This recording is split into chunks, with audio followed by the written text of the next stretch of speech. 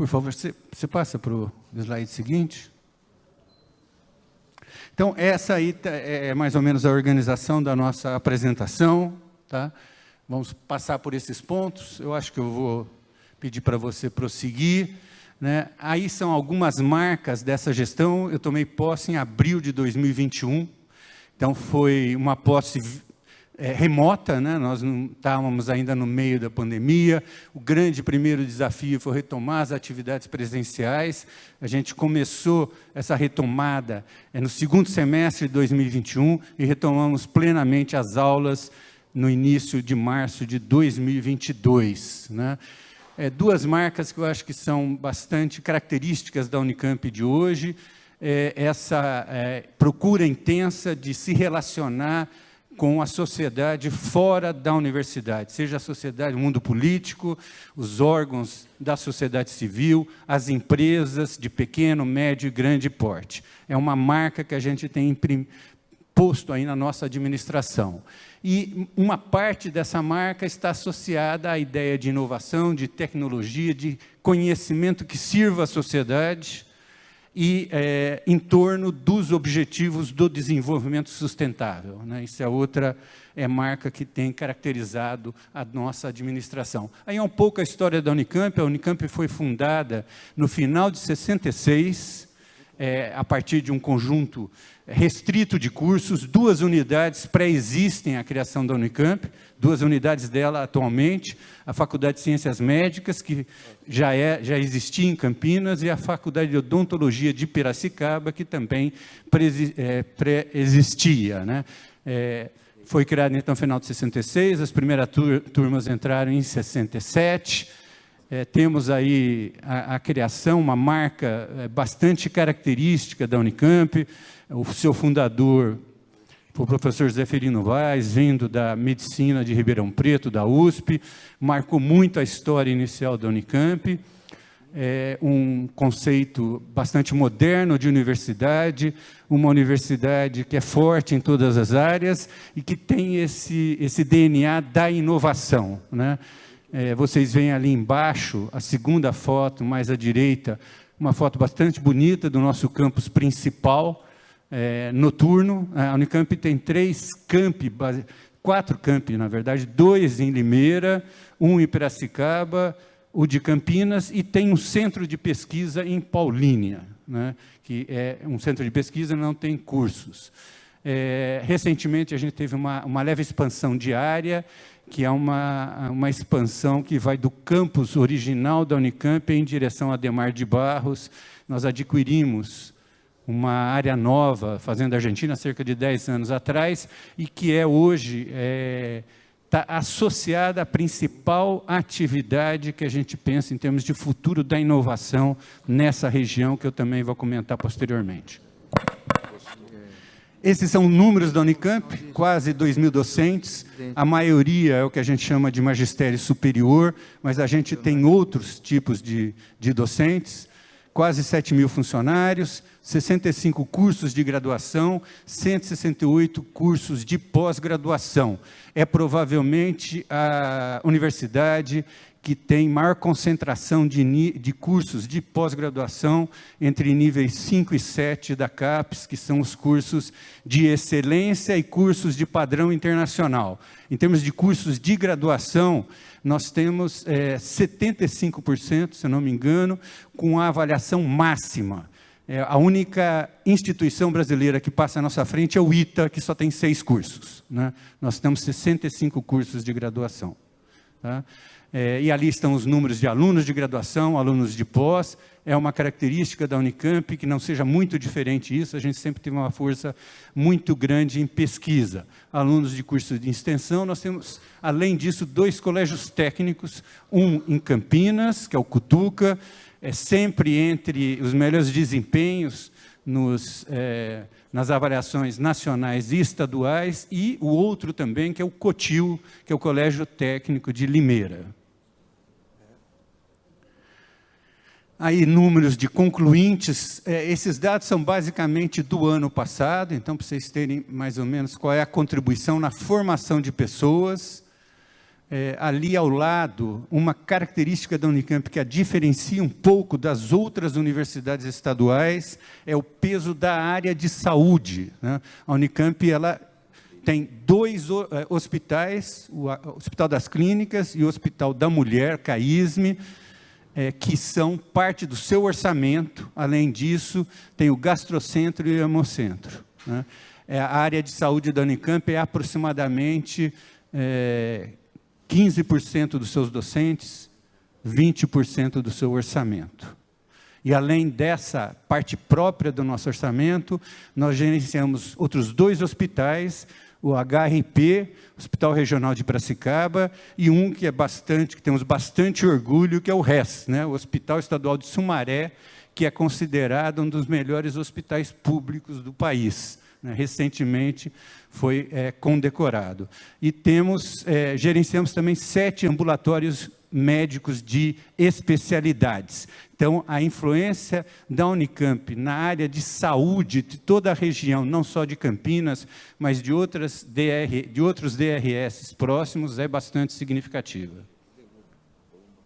Aí são alguns dados, aquele gráfico de cima mostra de 89, vocês não vão, mas o primeiro aí mais à esquerda, as primeiras barrinhas mais à esquerda é 89, o início da autonomia universitária, e as últimas são referentes ao ano passado, o aumento da produção científica na Unicamp. É mais ou menos multiplicar por 20. É esse o dado, se a gente acompanhar todo o crescimento. E isso foi feito reduzindo o número de docentes, que caiu em 10%, e criando os cursos noturnos. A Unicamp teve uma criação bastante acentuada de cursos noturnos, iniciando lentamente na década de 90, isso se ampliou muito rapidamente depois, e vocês veem aí o crescimento da relação aluno-docente, né? Então, a gente tem números bastante favoráveis em termos de aumento da nossa produtividade na atividade de formar pessoas.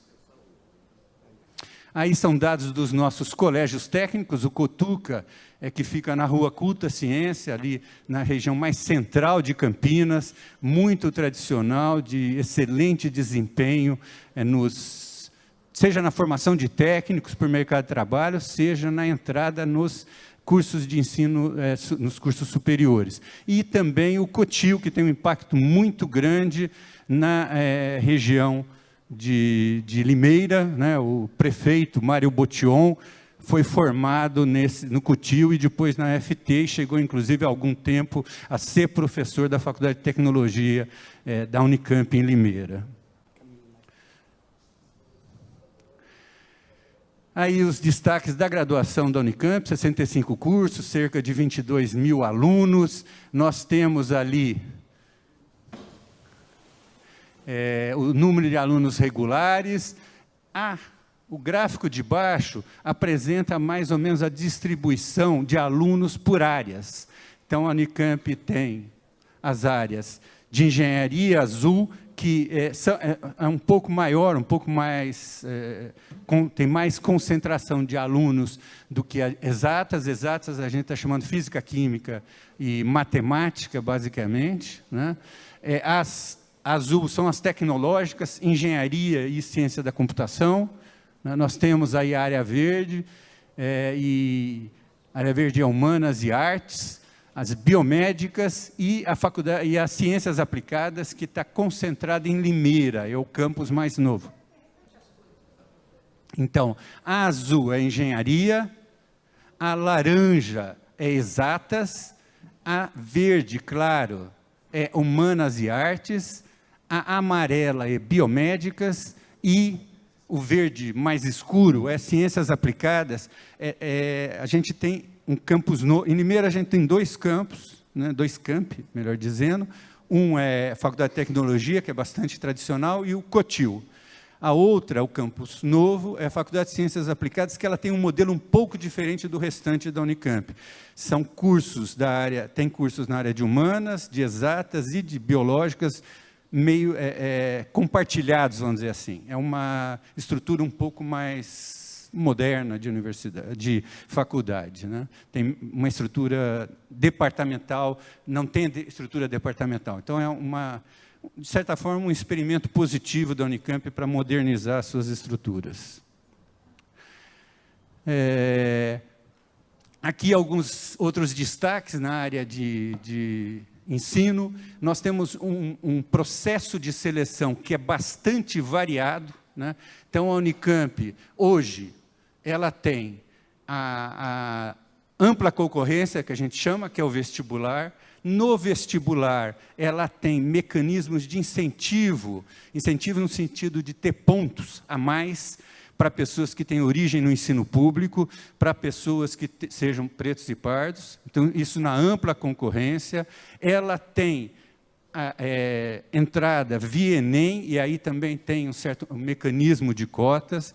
Ela tem o Profis, que é um programa que pega alunos de destaque de todas as escolas públicas do ensino médio da cidade de Campinas e dá uma formação adicional por um tempo, com bolsa. Se essas pessoas tiverem um bom desempenho, elas entram na universidade sem vestibular. Daí, obviamente, de acordo com o desempenho que elas tiverem nesse curso, elas podem escolher cursos de mais concorrência ou de menor concorrência. Nós temos ainda o vestibular indígena e temos também a aceitação de alunos via Olimpíadas. Olimpíada de Matemática, Olimpíada de Biologia. Então, um mix de alternativas, e esse mix hoje tem garantido que a gente tenha aproximadamente 50% dos ingressantes de escolas públicas e um número de ingressantes pretos e pardos parecido com a sua presença na população do estado de São Paulo. E temos o vestibular indígena. A gente tem cerca de 400 estudantes indígenas, uma parte significativa deles, se não a maioria, vinda da Amazônia, Tabatinga e São Gabriel da Cachoeira, né? E estamos aí nessa iniciativa, junto com a USP e com a Unesp, de uma parte das vagas estarem associadas ao Provão Paulista, é algo que a gente poderá discutir depois, né? Isso é como veio mudando, ali vocês veem, 2013 a 2023, a mudança do perfil dos ingressantes na Unicamp. Então, o laranja são pretos, pardos e indígenas, o azul é escola pública, né? E o amarelo é renda per capita menor ou até 1,5 salário mínimo. Então, é uma significativa mudança nesses últimos 10 anos do perfil dos ingressantes na universidade. Ali, como se distribui as vagas entre os vários mecanismos de ingresso, né? Por favor. E essa mudança do perfil tem impactado bastante a necessidade de desenvolver mecanismos de permanência na universidade. Então, eu arriscaria dizer aqui que a Unicamp do ponto de vista percentual, provavelmente a universidade que mais coloca recursos na permanência estudantil. Nós não queremos só que os alunos ingressem, né, e que a gente reflita mais adequadamente o perfil da nossa população, mas que esses alunos permaneçam na universidade e se formem com mérito. E isso exige um investimento significativo na permanência estudantil. No nosso orçamento atual é 112 milhões, isso é aproximadamente 20% do nosso orçamento de custeio, né? Temos, então, um programa de moradia na Unicamp, 1.085 alunos, Bolsa Moradia, 2.087, quase 3.000 bolsas de auxílio alimentação e auxílio transporte. Temos vários serviços de apoio. No serviço de apoio aos estudantes, temos serviço de apoio pedagógico e psicológico, temos o serviço de atendimento à saúde, restaurantes, a gente tem um programa forte de atendimento a filhos de funcionários e de alunos também, e professores, né? E, por fim, temos aí o transporte também como um dos benefícios que a parte mais vulnerável dos nossos estudantes também tem acesso. Aí, a variação ao longo do tempo, novamente, ó, vai de 2005 até 2022, como modificou o ingresso de pessoas na nossa universidade via os processos de inclusão. Eles foram crescendo ao longo do tempo, e o que gera hoje um perfil muito mais parecido com a população do Estado, temos daqueles que têm acesso aos nossos bancos, né, escolares. E isso, obviamente, teve um impacto orçamentário para garantir a permanência dessas pessoas, e isso está refletido no gráfico mais à direita. Aí é o nosso desempenho em termos de pós-graduação. Então, nós temos cerca de 16 mil alunos matriculados. Naquele gráfico que tem as barras azuis e as barras laranja, a gente vê os alunos de mestrado, o azul, o doutorado é o amarelo, mais ou menos, e o total lá em cima, né? O número de bolsas que a gente tem, normalmente bolsas CAPES, CNPq e FAPESP, e 87% dos nossos cursos tem avaliação, quem faz a avaliação dos cursos é a CAPES, o governo federal, na verdade, quem permite, inclusive, a criação dos cursos oficiais de pós-graduação é a CAPES. Ela faz uma classificação, os melhores cursos são classificados como 5, e entre os 5, ela daí seleciona alguns que são classificados como 6 e 7, que teriam padrão internacional. 5 são os cursos de excelência, 6 e 7 são aqueles, entre os cursos de excelência, que têm um padrão comparável aos melhores cursos internacionais. A Unicamp tem 87% daqueles 168 cursos de pós-graduação que são classificados entre os conceitos de 5 a 7. Então, eu vou chamar a atenção aqui. Nós tivemos recentemente também a definição de um programa de cotas na pós-graduação, algo que está ainda em etapa inicial. Eu queria só chamar a atenção na tabela. As avaliações dos programas de pós-graduação são feitos de 4 em 4 anos, né? E essa avaliação envolve todos os programas de pós-graduação no Brasil. Então, a gente pode ver a evolução entre o último quadriênio anterior, 2013 a 2016, que foi avaliado em 2017. E o segundo quadriênio, 2021, ali foi a avaliação, cobre o período 2017 a 2020. E vocês veem que melhorou o nosso desempenho. Cursos nota 5 passaram de 21 para 30, cursos nota 6 de 18 para 20, cursos nota 7, que seria excelência máxima, passou de 15 a 17. E aí nós temos alguns cursos de destaque, só vou citar um que me alcança bastante, porque eu sou da área de engenharia de alimentos. Nós temos na Faculdade de Engenharia de Alimentos 2 cursos nível 7, no Brasil inteiro existem 3 ou 4. Né? 2 estão na quadra onde se criou a primeira Faculdade de Engenharia de Alimentos na América Latina, que foi na própria Unicamp, na fundação da Unicamp. Um pouco dos números de pesquisa, cerca de 7 mil artigos publicados no ano passado, mais de 500 livros publicados, projetos com financiamento 4.200. A nossa pesquisa não ocorre só no mestrado e doutorado, ou no pós-doutorado, ocorre também na graduação. Nós temos quase 10% dos nossos alunos de graduação envolvidos também em atividades complementares com bolsas de iniciação científica.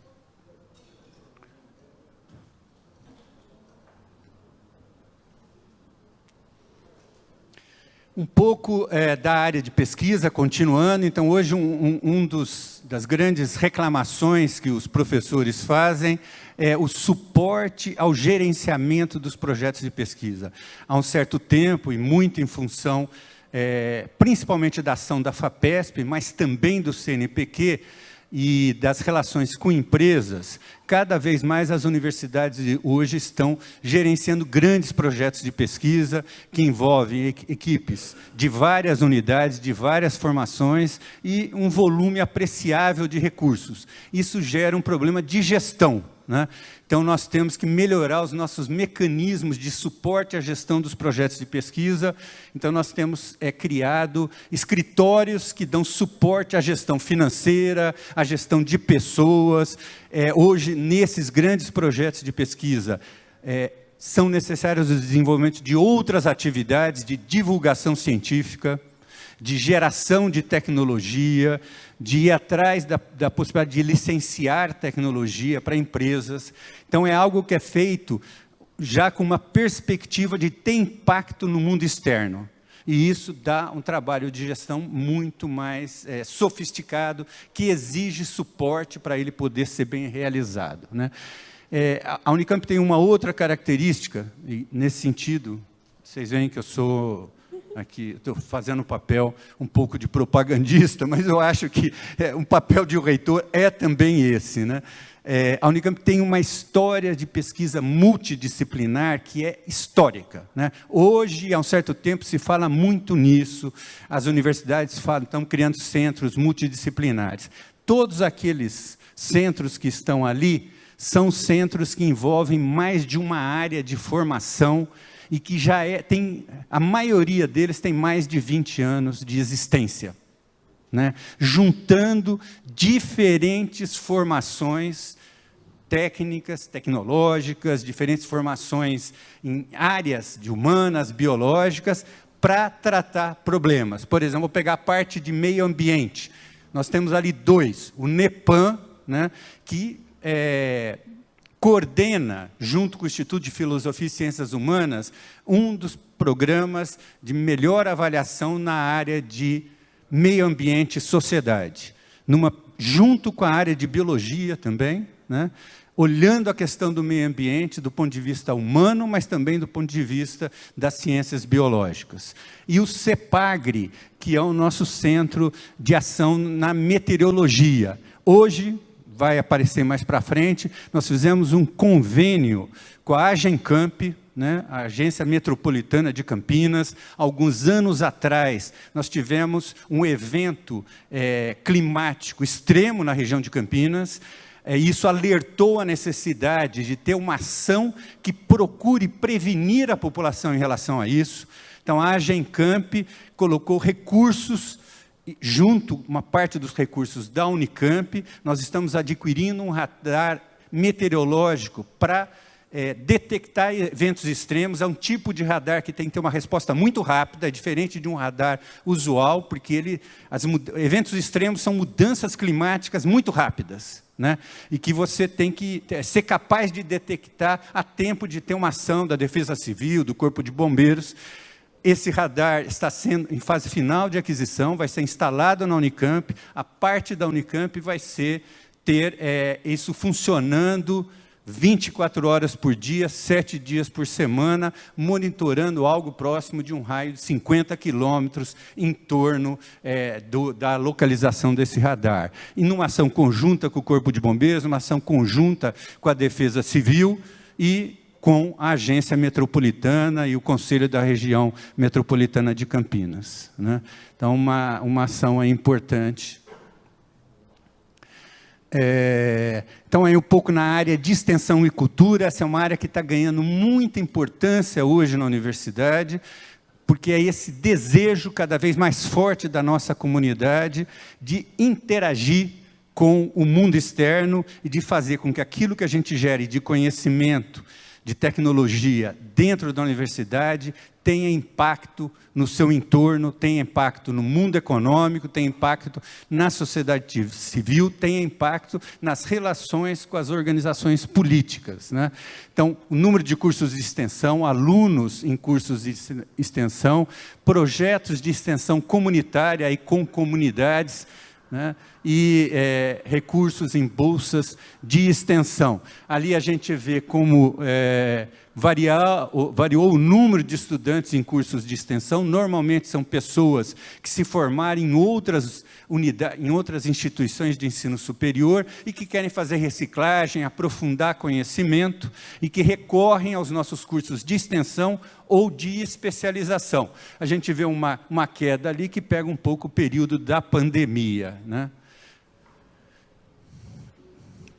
Aí algumas atividades que a gente faz, eu vou mencionar uma interessante, é a de baixo ali, que são as orquestras sinfônicas. Uma coisa que tem mudado no ensino superior paulista, por parte das 3 universidades estaduais, é a realização de atividades conjuntas. Então, aí foi uma ação das orquestras sinfônicas das 3 universidades que fizeram uma apresentação conjunta, né?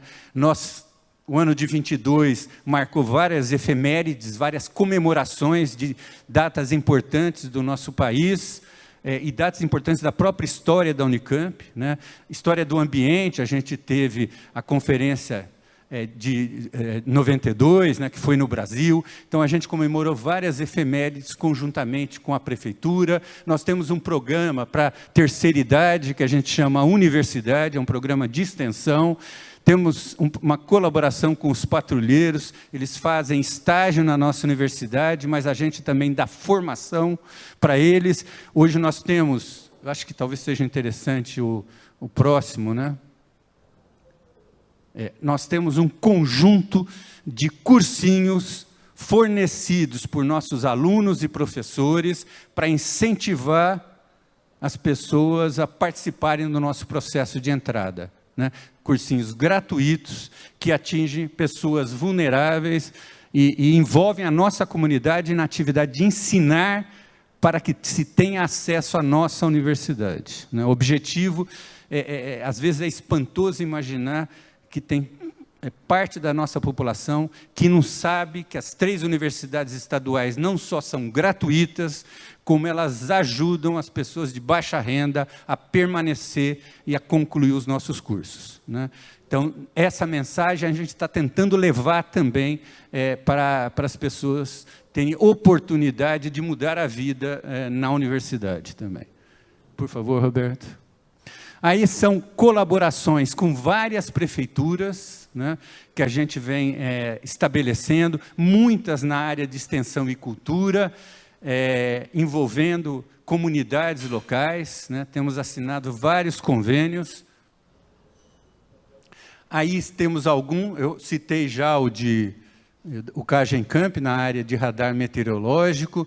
Nós assinamos, pouco tempo atrás, as 3 universidades estaduais, um memorando de entendimento com o Ministério da Saúde. Para a gente, a área de saúde é extremamente importante, a importância do SUS ficou marcado durante a pandemia, e o grande desafio nosso hoje, que não é só algo que fala muito para a Unicamp, eu acho que fala para as 3 estaduais, fala muito para o governo do Estado, fala muito para o Ministério da Saúde, para o governo federal, e fala muito para a Fiesp também, o esforço da gente desenvolver ciência e tecnologia, né? Reindustrialização, alguns chamam de nova industrialização, e uma das possibilidades de fazer isso é em torno do complexo de saúde.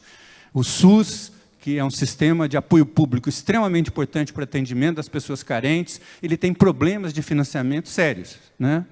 A gente conhece os tradicionais, mas parte deles está associado ao fato que muitos equipamentos, muitos medicamentos são importados.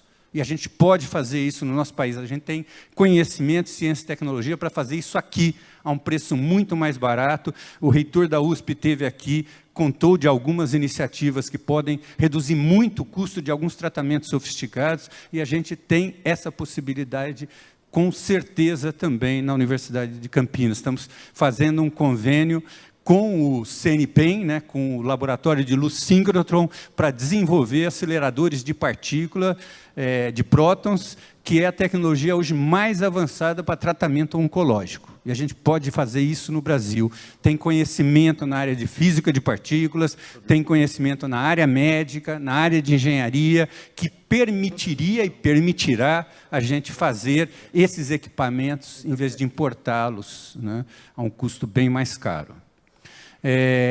Temos ali uma outra marca que talvez valha a pena destacar, o item 3. O nosso convênio envolve as 3 universidades e o IPT com a Secretaria de Direitos das Pessoas com Deficiência, né? A ideia aí é tanto formular políticas para as pessoas, políticas públicas que melhorem o atendimento às pessoas com deficiência, mas também desenvolver tecnologias assistivas.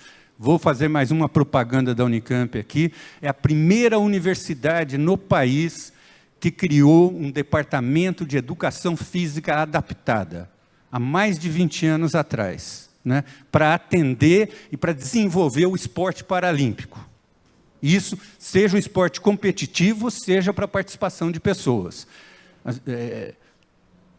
Tive a grata surpresa, no início do meu mandato, de ir ao Centro Paralímpico Brasileiro, aqui em São Paulo, que é uma estrutura muito impactante, muito significativa, e encontrar, andando pelos corredores do Centro Paralímpico Brasileiro, vários ex-alunos da nossa universidade que estavam lá colaborando com a equipe paralímpica brasileira, né? Então, é algo que eu também considero importante. Temos um acordo de cooperação técnica que também é marcante. Eu vou dar esses detalhes porque eu acho que chama a atenção. Eu não sei se vocês sabem, mas os criadores do iFood saíram da Unicamp, né? E o iFood é uma modernidade tecnológica que a gente tem que valorizar. Agora, ele cria algum problema para as pessoas que trabalham, certo? Como que a gente compatibiliza tecnologia com direitos? Esse é um problema cada vez maior da nossa sociedade, e vai ser, né? A gente pode olhar a tecnologia como algo que desemprega as pessoas, ou olhar a tecnologia como algo que permite mais tempo livre para as pessoas se elas tiverem renda. Então, a questão é garantir renda, não é evitar a tecnologia, né? A forma de abordar isso é importante, e a universidade pode contribuir para isso. Por que eu estou chamando a atenção em particular para isso? Para esse convênio, porque é um convênio que envolve o MPT, Ministério Público do Trabalho, envolve o IBGE, e a participação da Unicamp é investigar os direitos dessas pessoas que trabalham nos aplicativos. A gente sabe, por exemplo, que existe problema de desidratação, de trabalho excessivo de horas. Nós podemos gerar informação que permita ao Ministério Público, ao governo, regular esse trabalho e criar direitos de aposentadoria, criar direitos de serem atendidos nos serviços de saúde, né? Na necessidade de um acidente, a pessoa tem que ter renda, né? E isso precisa ter informação para fazer isso de forma adequada. Eu acredito que uma universidade, uma instituição pública, pode gerar boa tecnologia e pode ajudar na redução, minimização dos custos que a tecnologia traz para as pessoas. Essa é uma aposta que a gente vem fazendo na nossa administração. Nós temos que atender a sociedade, e isso é possível de ser feito. Compatibilizar direitos com desenvolvimento tecnológico. A tecnologia tem que servir ao ser humano, né? E para isso a gente precisa ter uma visão humanista e civilizatória do uso da tecnologia. Então, temos os outros convênios ali, alguns interessantes, por exemplo, a gente assinou recentemente com o Comitê Brasileiro de Clubes. As universidades brasileiras, infelizmente, têm uma tradição pequena, muito ao contrário dos Estados Unidos, na geração de atletas para o esporte, né? Mas hoje, pela informação que me foi passada pelo Comitê Brasileiro de Clubes, mais de 80% dos nossos atletas olímpicos passam pelo Comitê Brasileiro de Clubes, né? E, de repente, talvez essa seja a versão brasileira de uma ação universitária no campo do esporte. Então, nós fechamos um convênio para ajudar na gestão, ajudar na formação de técnicos, e queremos estreitar esse convênio. Fizemos também com a Confederação Brasileira de Atletismo, né? A gente quer colocar as nossas 2 escolas de esporte, a Faculdade de Educação Física, que fica no campus de Campinas, e as Ciências do Esporte, que fica na FCA em Limeira, a serviço do esporte nacional. Seja o esporte de massa, seja o esporte competitivo também. E, para isso, a gente precisa ter associação com os órgãos que cuidam da questão do esporte no país. Aí, um pouco na área de saúde, isso aí está envolvendo, então, a ação da Unicamp nos seus equipamentos próprios, aqueles que fazem parte do orçamento da universidade, e todos os equipamentos que ela gerencia. Então, são 2 hospitais da Unicamp, HC e CAISM, o gastrocentro e o hemocentro, esses são parte do orçamento, 2 hospitais da Secretaria Estadual de Saúde, o HRP, Piracicaba, e o RES, Sumaré, e 7 ambulatórios médicos de especialidade, né? E aí é o conjunto do desempenho que a gente tem nessa área aí, bastante expressivo, e nós queremos adensar isso hoje, aumentar a influência disso, também associando ciência e tecnologia das áreas básicas, engenharia, as tecnológicas, como as engenharias, as biológicas, para que, em torno do atendimento à saúde, a gente gere inovações que melhorem a possibilidade de atendimento e reduzam os custos desse atendimento também. Por favor, Roberto. Aí, mais ou menos, como variou ao longo do tempo, vocês veem a curva em cima lá, é o número de leitos. Então, nós já estamos voltando a crescer o número de leitos que estão sob a gestão da Unicamp, chegando ali próximo de 1.000. Naquelas duas de baixo, vocês veem o efeito da pandemia. No intermediário, você teve que represar consultas ou atendimentos para fazer o atendimento Covid. E no de baixo, é porque foi necessário atender menos pessoas por causa do distanciamento necessário no próprio atendimento das pessoas na estrutura hospitalar, mas já num processo de recuperação pós-pandemia. Aí um pouco do nosso orçamento, vindo do Estado, a previsão para esse ano seria algo um pouco acima de quase 3,4 bilhões de recursos orçamentários vindo do Tesouro do Estado, e extra-orçamentário 882, quer dizer, aí a Unicamp tem essa característica de ter um orçamento que a gente chama de extra-orçamentário, porque não vem do Tesouro do Estado, significativo, é mais do que 20% do conjunto de recursos que a Unicamp movimenta, né? Aí, associados, parte ao atendimento da saúde também, muito a empresas, né? A gente tem um número bastante expressivo de convênios com empresas, além de, em função do nosso desempenho na pesquisa, conseguir captar muitos recursos junto às agências de financiamento.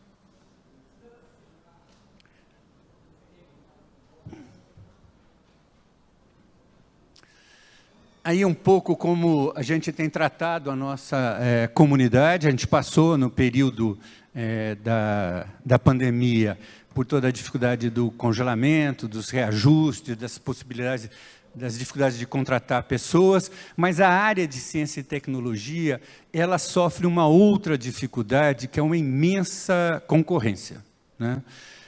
Nós fizemos recentemente um dos desafios da universidade é a internacionalização. Então, nós fizemos mais de uma missão da universidade, poucas pessoas, fomos estabelecer contato com universidades que a gente tinha contato tradicional, mas a pandemia criou dificuldades, né? Fomos para o Reino Unido, fomos para a Alemanha, fomos para Portugal, temos uma visita para o Canadá, sempre com o objetivo de ampliar a internacionalização, que é uma das coisas muito importantes para a vida universitária. Em todos esses lugares, nós passamos nas embaixadas. E a coisa que mais chamou a atenção, em todas as embaixadas, existia um movimento chamado a diáspora científica brasileira, né? O número de pessoas que saíram do nosso país por falta de oportunidades aqui, foram desenvolver, formados aqui, com recursos do país, bolsas às vezes aqui, mas que foram para fora, porque não tiveram a oportunidade da continuidade da sua carreira científica, é significativa. E isso tem um impacto muito grande na vida universitária. Em algumas áreas, imensa, né? As áreas hoje de fronteira tecnológica, como ciências de computação, ciências de dados, engenharia de computação, elas sofrem bastante com isso, porque as pessoas acham, às vezes, oportunidades melhores fora. Uma universidade sem pessoas, ela não tem qualquer sentido. O nosso principal ativo, A nossa principal riqueza na universidade são as pessoas, principalmente os pesquisadores e os alunos que estão se formando como pesquisadores, né? E toda a estrutura de serviços fornecidas pelos nossos funcionários e servidores, para que essa estrutura de formação de pessoas e geração de conhecimento, ciência e tecnologia, seja possível de funcionar adequadamente. Então, nós tivemos uma política de recuperação salarial, algo que foi no primeiro ano um reajuste de 20,67%, no segundo ano de 10,51%, desculpe. Criamos na Unicamp um auxílio refeição, né? E tivemos uma retomada dos processos de progressão, atingindo cerca de 2/3 em 2 anos dos nossos funcionários, ali 66%, e algo próximo de 40% a 50% dos nossos professores, né? A carreira universitária é uma carreira bastante competitiva. A pessoa tem que acumular bastante produção, seja estou falando aí em particular no caso dos docentes, na formação de pessoas, quer dizer, mestrados e doutorados, e na produção científica, né? Ela tem que publicar. Nós fazemos relatórios trianuais, frequentemente, com certeza todos fazem. À medida que a pessoa galga mais postos na carreira, esse tempo às vezes aumenta para 4 ou 5 anos. Mas ela tem que ter uma produtividade média, aquele número que vocês viram de produção de artigos, e não é produção de artigos assim, você escreve e pronto, né? São revistas indexadas internacionais que passam por um processo de julgamento bastante rigoroso e que normalmente o índice de negação não é apropriado, não vai ser publicado, é bastante elevado, né? Para você passar por esse crivo, você tem que produzir trabalho com muita qualidade. Roberto? Nós, um pouco que nos inspiramos também no estado de São Paulo, nós temos hoje um plano plurianual de investimentos, né? Ou seja, a gente planeja as obras e construções, algo que a gente passou por muitas dificuldades, em função de problemas de recursos ou da própria período pandêmico, investir na nossa infraestrutura. Então, a gente está retomando o investimento com planejamento de longo prazo. Talvez valha a pena destacar, nós estamos aplicando no nosso campus da FCA em Limeira, o objetivo é levar a Faculdade de Tecnologia do campus 1 para o campus 2, junto com a FCA, para que as faculdades compartilhem melhor o espaço. Estamos investindo cerca de 100 milhões num plano de construção para os próximos anos. Isso com recursos do nosso próprio orçamento. Obviamente, isso envolverá alguns anos, mas esse planejamento plurianual é que permite a gente fazer isso de uma forma mais adequada, né? Aí um pouco as nossas relações internacionais. Esse gráfico é bonitinho, né? Ele todo colorido, ele indica alguns países com quem a gente tem, vários países com quem a gente tem relação, e o tamanho da figura é proporcional ao número de convênios, no gráfico que está à esquerda, e ao número de estudantes, no gráfico que está à direita, né? Nós precisamos melhorar muito isso. Esse é um dos desafios que a gente tem como instituição, não só mandar mais gente para fora, mas atrair mais pessoas para cá. Isso é uma coisa importante, porque ciência é uma atividade internacional, e desse contato e dessa interação, os dois lados crescem conjuntamente, né? E o Brasil hoje é um país que tem um potencial de atração imenso em torno da agenda ambiental e da sustentabilidade, da transição energética. Poucos são os países que têm o potencial que o nosso tem nessa área. Aí são grandes projetos. Esses projetos, normalmente, eles envolvem um financiamento tripartite: FAPESP, empresa e a própria universidade. A universidade entra principalmente com recursos humanos, energia, água e a infraestrutura, o local onde o projeto vai se desenvolver, né? A empresa e a FAPESP normalmente compartilham quantidades iguais de recursos, tá? Daí na forma monetária. Eu vou destacar alguns, porque eu acho que são importantes.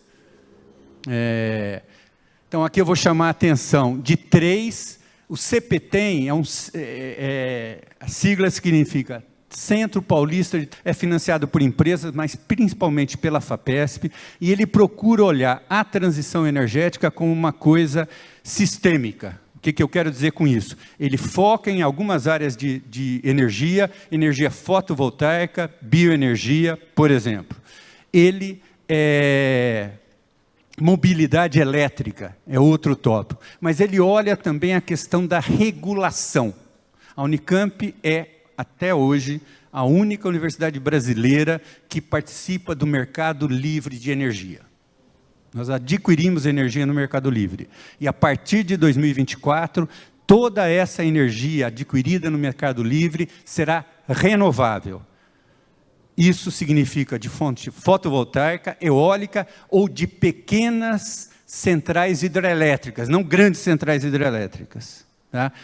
Nós estamos numa ação muito intensa de nos tornarmos uma universidade sustentável. Hoje, 10% da nossa energia é fotovoltaica, em Limeira é 30%. Né? Estamos renovando os nossos prédios, os telhados, para colocar painéis fotovoltaicos. Isso deverá aumentar para 20% a energia que a gente usa como fotovoltaica, tem um impacto orçamentário e de sustentabilidade. E estamos com uma terceira iniciativa, à procura de um parceiro do setor privado, para montar uma usina agrofotovoltaica, o uso, produção de energia elétrica, com produção agrícola embaixo. Hoje existem células fotovoltaicas que são móveis, e você pode, então, deixar o sol bater na região inferior parte do dia. Existem células fotovoltaicas que são translúcidas. Nos dois casos, elas produzem menos energia elétrica, mas elas permitem a produção junto com a produção agrícola, de forma a olhar a questão como algo que pode ser mais econômico e mais vantajoso se a gente compartilhar soluções. E o terceiro pé desse projeto, então, além da parte agrícola e da produção de energia, é hidrogênio verde. É usar parte da energia fotovoltaica para acumular essa energia na forma de hidrogênio produzido por eletrólise, né? O hidrogênio verde hoje é considerado uma das grandes possibilidades de combustível para o mundo industrial, e o Brasil tem muita chance de fazer isso. A gente tem a virtude de ter várias soluções, né, que, se forem compartilhadas, a economicidade da transição energética fica muito maior. Esse é um desafio que a universidade pode contribuir bastante. Ela tem muita capacidade de pensar sobre isso e de achar soluções criativas. Nós temos ali o Amazon Face, obteve do FNDCT, da FINEP, 32 milhões, e o desafio é entender o que vai acontecer com a floresta amazônica quando houver 50% a mais de gás carbônico na atmosfera. É São Paulo olhando para o Brasil, né? E essa é uma contribuição importante que nosso Estado dá. E eu vou comentar o último ali, o Brazilian Agave Development, BRAVE, né? O Brasil tem uma grande indústria baseada na cana-de-açúcar. E a grande virtude da cana-de-açúcar é que ela é uma biomassa de alta produtividade. Por hectare, nós temos uma grande produção de biomassa. Mas ela tem uma dificuldade, ela depende muito de água. Então, ela não cresce em qualquer região do país. Mas o agave, que é outra, o agave é o que dá origem à tequila, né? É uma outra biomassa que consegue crescer em condições hídricas bem desfavoráveis. Então, nós temos hoje um convênio, Unicamp, Cimatec. Cimatec é parte do Senai da Bahia, né? E financiado por uma empresa petroleira, a Shell, para viabilizar uma agroindústria baseada no agave. O agave é usado já, tipos de agave, no Brasil para produzir sisal, produção artesanal, e é usado no México para produzir tequila, mas muito artesanal. Nós podemos fazer isso com uma lógica de grande produção e produção mecanizada, né? Com a virtude aí que, eventualmente, podemos nos transformar também, não só em produção de bioetanol de agave, mas talvez de tequila também, né? Teríamos uma tequila brasileira. Essa é seria um subproduto de uma iniciativa como essa, e nós estamos marchando nessa ideia aí. Aqui é na área de saúde.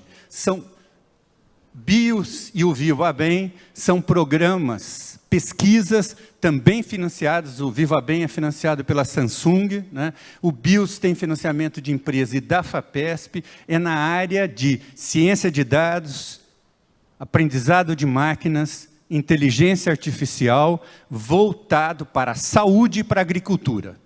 Saúde, pensando aí no que os desafios da saúde digital podem permitir de resolver grandes problemas de atendimento à saúde aqui no nosso país, né? O BREM é mais relacionado aí à neurociência, tá? Então, eu falei que a nossa vice-reitora não estava aqui porque ela estava nos Estados Unidos, né? Este é um outro grande desafio que eu gostaria de contar com o apoio de vocês aí divulgando isso, né? O que é esse DUNE? Então, o D é de Deep, o U é de Underground, o N é de Neutrino e o E é de Experiment. É o maior experimento previsto no futuro recente de física de partículas. É para investigar neutrinos que, de acordo com as teorias físicas, têm um papel na origem do universo. O que vai ser esse experimento? Ele é o primeiro experimento que os Estados Unidos está fazendo sobre a coordenação do Fermilab, que é quem assistiu recentemente aí, o Oppenheimer viu o Fermi esse é o laboratório que foi criado de física de partículas em homenagem a esse físico, né? E os Estados Unidos, tradicionalmente, não faz experimentos que ele compartilha com outros países. Mas, dessa vez, ele tomou essa decisão. E o segundo parceiro dele é o CERN, que é o acelerador de partículas europeu. E o terceiro, Fermilab, CERN, potencialmente é o Brasil. E, na liderança dessa participação brasileira, está a Unicamp. A Unicamp teve muito êxito na primeira fase, que foi a fase laboratorial. E para ela passar para a fase industrial, porque isso é um equipamento que eu vou dar detalhes um pouco para vocês, ela depende de financiamento de cerca de 40 milhões de dólares. Nós estamos procurando isso em várias fontes, né? O que é esse experimento? Não é um experimento, isso na verdade é um equipamento que vai estar em funcionamento por pelo menos 30 anos e que pode ter um impacto que o CERN, que o Luz Síncrotron tem no Brasil, por exemplo, que o CERN tem no conhecimento da física de partículas, né? Então, ali é o laboratório do Fermilab. Aqui no lugar onde está escrito Proton Accelerator, é uma instalação que fica a mais de 1000 metros abaixo do nível da superfície. Nesse local serão produzidos os neutrinos. Esses neutrinos vão ser, ali onde está Neutrino Production, eles vão ser detectados num primeiro detector, e os neutrinos eles atravessam, né, a matéria. Então, eles vão ser dirigidos a 1.300 quilômetros daquele local inicial, atravessando cerca de 4 estados americanos. E onde está ali a outra Underground Research Facility, também a cerca de 1000 metros abaixo da superfície, vai ter o detector. Esse detector, ele usa argônio líquido, menos 200 graus Celsius, mais ou menos, 70 mil toneladas de argônio líquido, e precisa ser puro, precisa ter uma seringa numa piscina olímpica, uma seringa de oxigênio numa piscina olímpica de argônio. Ele precisa ter menos do que 100 partes por trilhão de impureza para conseguir detectar os neutrinos. A Unicamp desenvolveu a tecnologia para fazer isso, né? A física da Unicamp, que tem César Lattes como um dos seus patronos, desenvolveu isso e, para continuar no projeto, nós precisamos de financiamento. Uma coisa importante, quer dizer, o Brasil, em alguns momentos, perdeu essas oportunidades. Ele perdeu, por exemplo, a oportunidade de ser sócio original do CERN. Estamos agora nos associando, né? E isso cria direitos diferentes. Você é um sócio de segunda classe, né? Você tem menos acesso ao uso, à formação de pessoas. Aqui, nós podemos participar desde o início. E podemos colocar a ciência brasileira, a física brasileira, com muito mais destaque no mundo. Eu queria falar uma coisa importante, porque daí sai um pouco da Unicamp, né? Eu acho que uma das coisas mais importantes que o Estado de São Paulo fez tem origem lá no Carvalho Pinto. Foi colocar na nossa Constituição recursos para a FAPESP. Depois, em 89, se desenvolveu a autonomia universitária e se colocou uma grande quantidade de recursos na formação de pessoas no ensino superior em ciência e tecnologia. Esse gráfico aqui do lado fala o seguinte, ó, toda aquela parte azul é o que hoje as empresas no estado de São Paulo aplicam em pesquisa e desenvolvimento. E todo lado que está à direita é principalmente o setor público. São Paulo é o primeiro estado do Brasil onde o setor privado hoje investe em pesquisa e desenvolvimento algo parecido com o setor público. Agora, isso não aconteceu à toa. Aconteceu porque as 3 universidades e a FAPESP formaram mestres, doutores, geraram conhecimento que hoje estão nas empresas, né? Algo que as pessoas há 20 anos atrás, 30 anos, não acreditavam. A empresa vai contratar um doutor? Hoje as empresas contratam doutores. As empresas de tecnologia, principalmente, têm processos de pesquisa e desenvolvimento internalizados, e tem isso porque a gente adensou, gerou número suficientemente alto de recursos humanos que não estão ficando só no setor público, eles estão impactando o setor privado. E isso é chance de desenvolver uma economia com outro padrão de qualidade, né? Ali no lado à direita, a gente tem a distribuição desses investimentos do setor público. E vocês veem a relevância da FAPESP nisso, né? A FAPESP é a barra vermelha, aí, a importância que essa fundação do nosso Estado tem para a ciência e tecnologia no Estado de São Paulo e no Brasil como um todo, né? Eu me orgulho, ontem mesmo eu estava almoçando na Unicamp com uma professora da Universidade Federal do Pará, que eu tive o prazer de orientar o mestrado e doutorado dela na Unicamp, né? E, assim, pessoalmente, eu tenho orientados que estão na Federal de Santa Catarina, na Federal do Pará e distribuídos pelo Brasil inteiro. E isso é a história de vários pesquisadores da Unicamp, é essa contribuição também de São Paulo para a ciência nacional. Aí é um pouco de dado comparativo, esses dados saíram na revista da FAPESP de 2019. Tá? São dados muito valiosos. Eu vou mostrar o outro, que talvez seja mais interessante. Isso aí é um pouco crescimento. 89 foi o ano, final de 89 foi o ano da autonomia universitária, quando o Estado de São Paulo decidiu pôr um percentual fixo do seu ICMS nas 3 universidades. Se vocês olharem o número ali, vocês vão ver que o número de docentes é aquele 0,99 nas 3 universidades. Nesse período de 89 a 2017, não aumentou, ficou constante. O número de funcionários decresceu, 0,78 em relação ao início do período, né?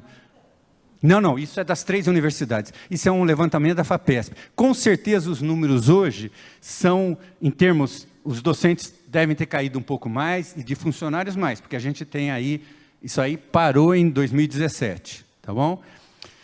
O que a gente olha na parte de cima, né? A gente vê lá, 2,33 alunos de graduação matriculados a mais. Desculpe, 2,08, 2,32 são pessoas formadas. Isso significa que não só ampliamos as vagas de entrada, mas reduzimos a evasão. Porque a gente está formando mais gente do que entrando, porque, na verdade, você diminuiu a evasão ao longo do tempo. Tá bom? Você mostra o seguinte. Aqui é um pouco a área de inovação da Unicamp. Nós somos uma universidade que temos bastante esse DNA de inovação. O ano passado, quase 20 bilhões de reais gerados das empresas filhas da Unicamp. Nós temos 1.300 empresas cadastradas. As que estão ativas é um número um pouco menor, está ali 1.061. Grande parte delas são empresas inovadoras. Eu vou fazer uma conta aqui de padaria, né? 19, 20 milhões, se a gente aplicar 20%, dá 4 bilhões. Isso é mais do que a Unicamp gasta por ano. Tá? E o ICMS, com certeza, é mais do que 20%. Né? Em média, vamos considerar esse valor aí. Isso é um pouco do nosso parque científico tecnológico, 44 empresas, 18 startups, 17 empresas incubadas, 685 empregos diretos, todos na área de ciência e tecnologia, dentro do parque científico e tecnológico da Unicamp. Deixa eu acelerar um pouco aqui. Olhando um pouco quais são os nossos desafios do futuro. Nós queríamos ter uma participação significativa na reorganização da área de saúde, da região de Campinas e dos DRS próximos, e achamos que há necessidade de ter um hospital.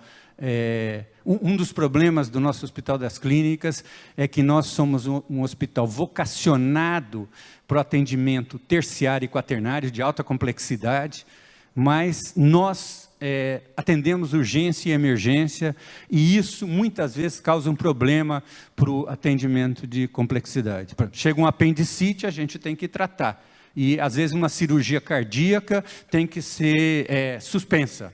Né? Então, isso gera um problema de atendimento, ou um atendimento oncológico, uma cirurgia precisa ser adiada, precisa ser reorganizada. A gente precisaria ter equipamentos que atendessem urgência e emergência e atendessem casos médicos de complexidade menor, de forma que a vocação do Hospital das Clínicas, que é o atendimento de alta complexidade e o desenvolvimento de conhecimento para o atendimento médico, seja concentrado nessa questão. Né?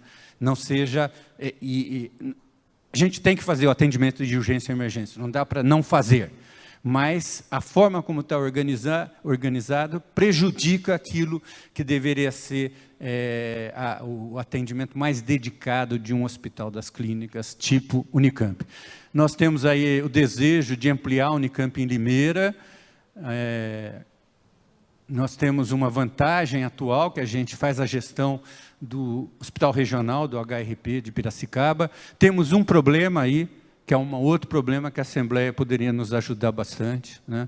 Uma das dificuldades das universidades e suas fundações hoje é ter estabilidade na gestão desses equipamentos da Secretaria Estadual da Saúde. A gente quer criar um hospital, mas para formar boa gente, a gente quer criar, um curso de medicina em Piracicaba. Para a gente formar gente, desenvolver ciência e pesquisa no atendimento médico, a gente precisa ter estabilidade. Um convênio desse aqui com a HRP dura 5 anos. Daqui 5 anos eu não sei se eu tenho esse convênio mais. Agora eu vou criar um curso de medicina, só a duração do curso é 6 anos.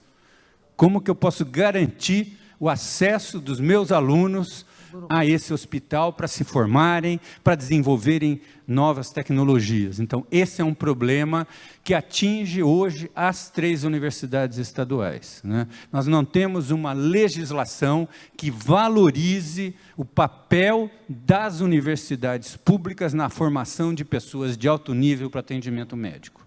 Isso não se reflete nos convênios com os hospitais da Secretaria Estadual de Saúde. E as restrições aí são legais, são jurídicas, são restrições desse porte que poderiam ser enfrentados pela Assembleia.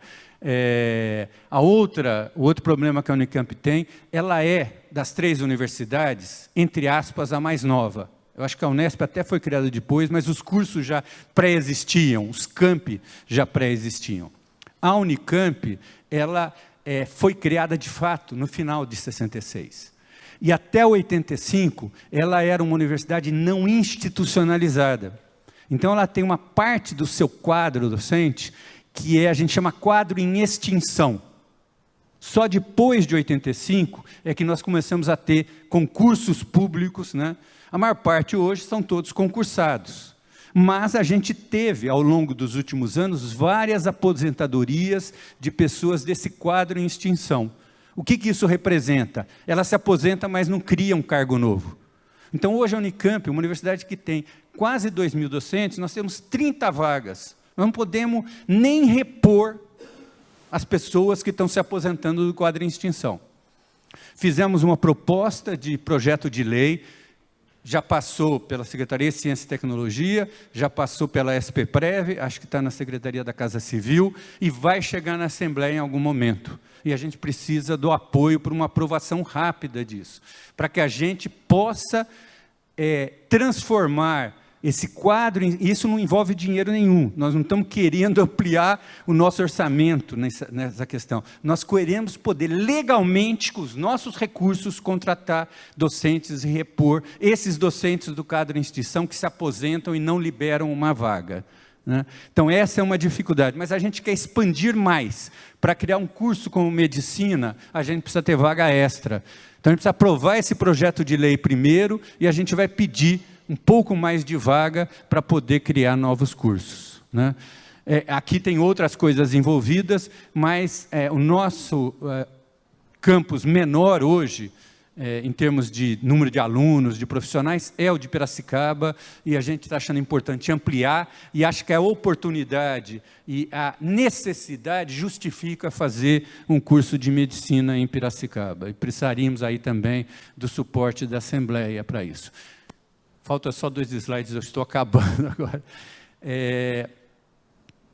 Existe uma característica na região em que a Unicamp está, que ela concentrar vários equipamentos de ciência e tecnologia. O mais importante deles é o CNPEM, que é o Centro Nacional de Pesquisa em Energia e Materiais, onde está o laboratório de luz síncrona, Sirius, que é o maior equipamento de pesquisa científica ao sul do Equador, né? Algo que nós temos como país de nos orgulhar bastante desse equipamento. Mas lá está também o Centro de Inovação da Cargill, está o Instituto Eldorado, que tem quase 1.000, se eu não me engano, pesquisadores na área de informática, está o CPQD, está a Pontifícia Universidade Católica de Campinas e está a Unicamp. Junto com a Prefeitura, nós temos a intenção de desenvolver nessa área um hub internacional para o desenvolvimento sustentável, um distrito inteligente inspirado no @22, em Barcelona, que é um grande sucesso do ponto de vista da inovação, ou inspirado no Paris-Saclay, que é outra iniciativa da França, para fazer o quê? Aproximar os institutos de ciência e tecnologia das empresas e fazer com que conhecimento gere rapidamente inovação. Nós queremos que aquilo que a gente produz na universidade tenha impacto na sociedade. Então, essa é uma ação então, que está envolvendo todos aqueles órgãos ali, né? Vocês veem lá em cima, aquele anel lá, onde está o CNPEM, é o Laboratório de Luz Síncrotron, a PUC de Campinas está um pouco mais embaixo, e estamos planejando, na nossa parcela de participação nisso, a ênfase na sustentabilidade, na transição energética, com tudo aquilo que envolve, né, de energias renováveis associadas, e a inovação na área de saúde. São coisas que a Unicamp tem muito a contribuir, mas são coisas que o Brasil tem muito também a oferecer para os brasileiros em geral, para o mundo como exemplo, né? E no caso da saúde, o impacto na sociedade é muito grande. Eu acho que um dos desafios dos pesquisadores é fazer da inovação uma agenda que seja popular.